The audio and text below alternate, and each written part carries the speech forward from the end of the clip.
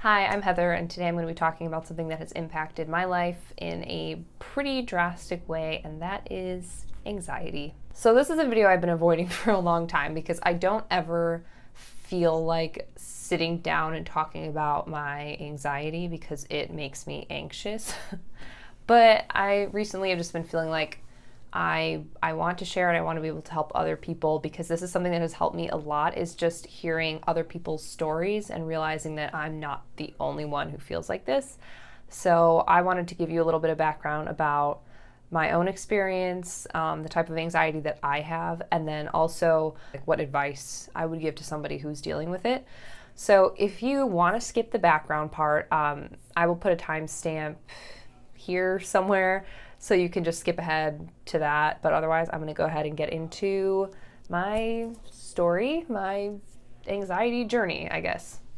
So as a child, I pretty much had textbook generalized anxiety disorder as it shows up in children. I was really anxious about school. I cried a lot. I was a perfectionist. I had a lot of phobias. I would get overwhelmed really easily if things weren't going the way that I wanted them to. And every night before bed, I thought I was going to die in my sleep. It was really weird, but I thought that everyone was like that everyone had that same worry. But I would wake up in the morning and be like, I'm here. Wow. I've had it for as long as I can remember. And it wasn't until I went to college that I sought out help and that I realized that I had anxiety. I went to see a therapist because I was having a ton of guilt over everything. And this is something that's happened to me for my whole life. Things that had happened a while before that weren't really a big deal, but I just couldn't get out of that cycle. I felt so guilty. I couldn't get the thoughts out of my head. I couldn't stop feeling shame over like little tiny things. So I went and talked to a therapist, and within like 5 minutes, she was just like, that sounds just like generalized anxiety disorder. And I had never even suspected that I could have anxiety. I just thought something seemed off. Going to therapy and getting that diagnosis was so helpful because then I started looking back at my whole life and things that I had done, things that I had felt, the ways that I handled things, and I just felt like I was weird. So fast forward a while, throughout my 20s, I've dealt with anxiety. It shows up predominantly as generalized anxiety disorder, so catastrophizing, always kind of expecting the worst case scenario. And for anyone who doesn't know, generalized anxiety disorder is just like constant anxiety. It's just always there, kind of in the background. It manifests a lot as hypochondria. So I'm constantly like overthinking things that are going on with my body and always assuming that I'm dying. Like WebMD is the worst place for me ever. So that's kind of what it has always been. And then after I had my son, it changed. It was still that, but then it also kind of added on panic attacks, which I had had a few times before, just a couple, but now it was more regular panic attacks and some OCD stuff too. So that's things I had had maybe a little bit before, but not too bad, or nothing that I noticed that much. But now it's a lot more present, and that's pretty much due to having my son and just kind of how my body dealt with postpartum and how I've dealt with having a baby as well. So that's the really quick gist of what I've experienced, and like I said, it's kind of been lifelong. So I've learned a lot through this, and that's what I wanted to share today, is some of the things that have helped me that I would tell somebody else who has anxiety. Number one is you are not alone. I have other people in my life who have some type of anxiety or depression, but it's not the same thing as what I have. Especially like the hypochondria. I don't have anyone else that I know personally who can really relate to that. So when I find people online who are talking about their stories, I'm always blown away when somebody else is going through like the exact thing that I'm going through. Because sometimes I just feel like, yeah, I know other people have anxiety, but this exact thing that I'm going through, I just feel like nobody else has. And that's part of why I'm sharing this, is because if you have any of this stuff going on too, it's just nice to know that it's not just you. It's not who you are, it's a thing that your brain is doing that other people's brains are doing as well. Number 2, you are brave. I have always felt like such a chicken because I'm afraid of everything. Everything scares me. I kind of overthink everything. I'm afraid of bees and water and being too hot and ghosts and the list goes on and on. Everything that you could possibly be afraid of, I am afraid of it. So that's always made me feel like I can't handle things, or I'm just kind of a chicken. But what I realized, my husband explained it like this. He said that from his point of view, it seems like I'm just constantly being attacked. I'm under attack from something and he can't really do much about it, and I'm constantly having to fight it off. So I realized this just recently. I'm afraid of a lot of things, like I said, but I also have been dealing with this for the vast majority of my life. So I have to get up every single day and face the fact that so much scares me, and I'm going to have to face so many things in that day that genuinely terrify me. And that is very brave.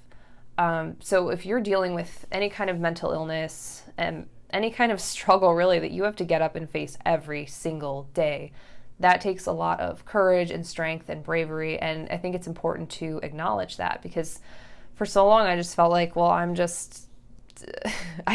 not equipped for life. Like, I can't handle anything. I'm not brave. But the truth is, I think I'm very brave because I have to get up and do this every single day and face my fears head on constantly. So give yourself some credit for just the load you have to carry on a daily basis that other people might not even be able to see. Number 3, it gets better. It does get better, specifically if you are seeking treatment for it and you're working on it. So unchecked, it can really escalate, and it can go downhill.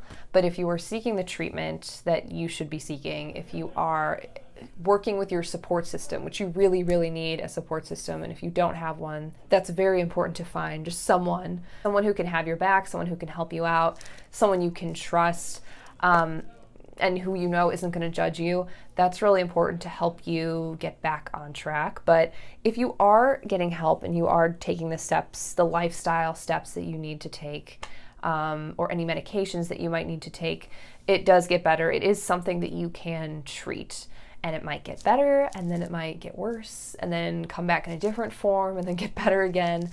But it's something that you have to consistently work at least for me. This has been my experience, because it's kind of always there. I feel like a lot of people with anxiety or depression, you are maybe genetically predisposed to it, you're hardwired for it, it's something that your brain does. So it's a constant thing you have to work at, but it does get better. And the more you learn about it, the easier it is to fight it. So if you're going through a really, really hard time now, just a couple nights ago, I was having a horrific panic attack, and I thought it felt like I'm gonna feel like this forever, even though I knew it wasn't, because I've had so many, and I know eventually I come out on the other end. But in the moment it was so hard, but I knew eventually this passes, and eventually I'm going to feel okay, and then another one might come. I mean, it's just kind of a cycle, but there are ways that you can attack it head on and really start to feel more like yourself. Number 4, it's okay to sit with your anxiety. This, I think, is a big one, and it's a key in treating anxiety. I have said recently that my anxiety now feels more like an annoying relative who is trying to help and doing a really bad job than like a supervillain who's trying to attack me. It's annoying that they're there. I'm still trying to edge my way out of the conversation and show them the door, but I'm still there having the same conversation. But it's not like I'm full on being attacked, which is how it has felt before. So through therapy and different lifestyle changes and that kind of thing, it's feeling more manageable. And I think so much of my struggle before was trying to just eliminate it entirely. And anytime I started to feel it, I wanted to run or fight it, and it tends to make things worse. That seemed to make it stronger and make it stick around more, because if you tell yourself, hey, don't think about this thing that's happening, you're gonna think about it more. If you say, don't think about a polka dot elephant in the room. Like, that's the first thing that you think about. So just allowing it to kind of sit there. If I can just sit with it for a little while, for 30 seconds, just sit there and feel it, and it's in my, I can feel how my body feels, and just kind of being mindful of it. It's kind of like I have given it the floor, and then it's easier for the anxiety to go away after that because I've given it the attention that it wanted. I don't know. It's weird, but it does seem to work for me. There's actually a YouTube video I watched about this, and a therapist I had sent it to me, so I will link that below because it was just kind of an interesting way to look at it, and for me, it does work. Okay, and lastly, number 5, it's not all bad. Being at this point with the anxiety that I have, I've been able to put it into perspective, and we all have some kind of struggle that we have to carry, and it makes us who we are. And in some ways, I'm grateful that this is something that I've had to deal with. I think anxiety has forced me to ask myself a lot of questions and to really get to know myself, to try to improve myself and learn about what makes me me and what makes me actually happy, and really trying to sift through what is anxiety and what is my actual personality. Like, what are things I actually want to do, and what are things I just think I want to do because it's safe. It has also allowed me to connect with other people in a way that people who don't have anxiety might not be able to. It's kind of like, since becoming a parent, I'm able to immediately connect with other parents over this thing that we share. And with anxiety, it's the same kind of thing. When I meet someone who is going through it or who has gone through it, I know right away, like, even without talking to them, we can understand, like, I understand the struggles that you've been through. At least a part of it. I understand a little bit of it. And it's something that's so hard to explain to people who haven't dealt with it. I mean, we all have anxious moments. But this constant, like, hamster wheel of anxiety is a totally different experience. So being able to connect with other people through that has been something that I appreciate. And that's why I'm making this video, because being able to just feel like there's someone else out there going through something similar can be one of the biggest sources of comfort, at least for me, just knowing that it's other people are going through it. I am able to pretty much live exactly the life I want despite the anxiety. I haven't really stopped myself from doing anything. So it's just nice to see other people can be going through this, and they can continue on living, and they can be happy in spite of this dark cloud that can hang over you. I made this video because if it helps even one other person who feels alone, then it is well worth sharing. And I can share more if that's something that you're interested in, about specifically dealing with anxiety as a parent, dealing with anxiety as an entrepreneur, and the things that I have done that have really helped me. I'm in therapy. I've been in therapy for a while. I'm not on medication right now, but that is something that I'm open to. I'm not anti-medication. I'm just trying some different things right now. So let me know if that's something that you'd be interested in. Thank you for watching. I will have another video up next week about dealing with overwhelm as a parent, so keep an eye out for that, and subscribe if you haven't yet.